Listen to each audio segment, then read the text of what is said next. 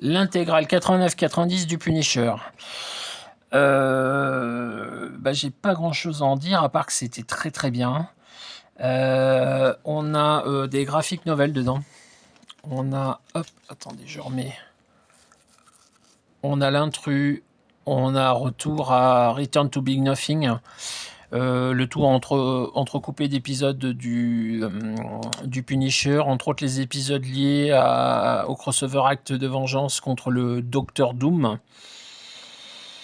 C'est du Punisher classique. Alors, il y a du Eric Larson au dessin un peu au début. Il y a beaucoup de Bill Reynolds qui, franchement, est pas mal en termes de dessin. Moi, j'ai bien aimé.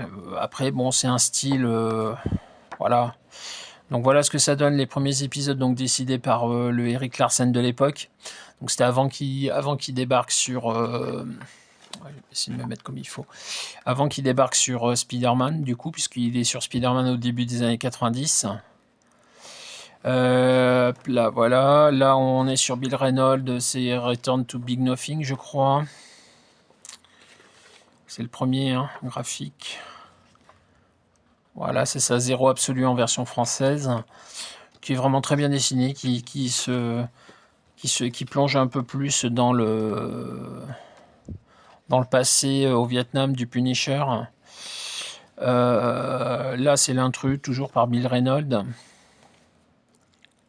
Non, je vous dis une bêtise. Return to Big Nothing, c'est Mike Zeck, pas Bill Reynolds. Je dis une bêtise. Je dis une grosse bêtise, pardon. Ouais, c'est ça, c'est Mike Zeck. Bill Reynolds, et Bill Reynolds qui après l'intrus va devenir dessinateur sur la série principale. Donc avec le Docteur Doom et des histoires très intéressantes. Franchement, encore une fois, c'est pas un personnage que je conseillerais à tout le monde de lire parce qu'il faut aimer ce genre d'histoire un peu violente, un peu borderline, on va dire. Mais franchement, moi j'adore. Et là, on est sur vraiment une très bonne période du personnage. À tout de suite pour la suite.